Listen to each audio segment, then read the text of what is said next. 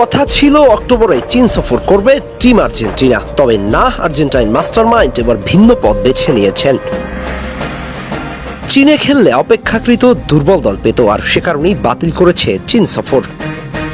আর্জেন্টিনার সংবাদ মাধ্যম টিওআইসি স্পোর্টস জানিয়েছে, এবার মেক্সিকোর বিপক্ষে খেলেই বিশ্ব আসরের প্রস্তুতিটা সারতে চাইছে লিওনেল স্কালোনি।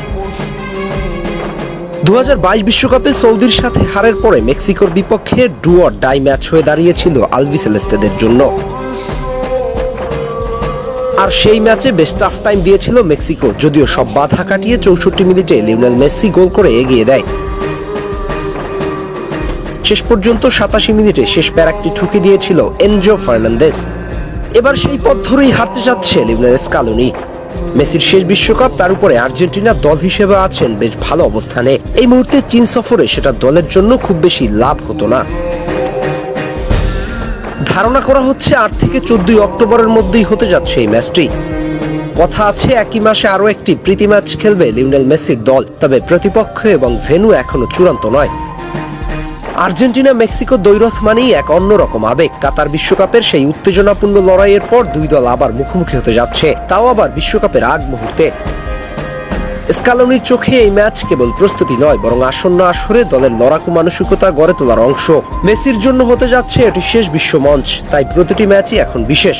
মেক্সিকোর মতো প্রতিপক্ষের বিপক্ষে খেললে ডিফেন্সের দৃঢ়তা, মিডফিল্ডের নিয়ন্ত্রণ আর আক্রমণের ধার সবকিছুই পরীক্ষা করে নেয়ার সুযোগ থাকবে।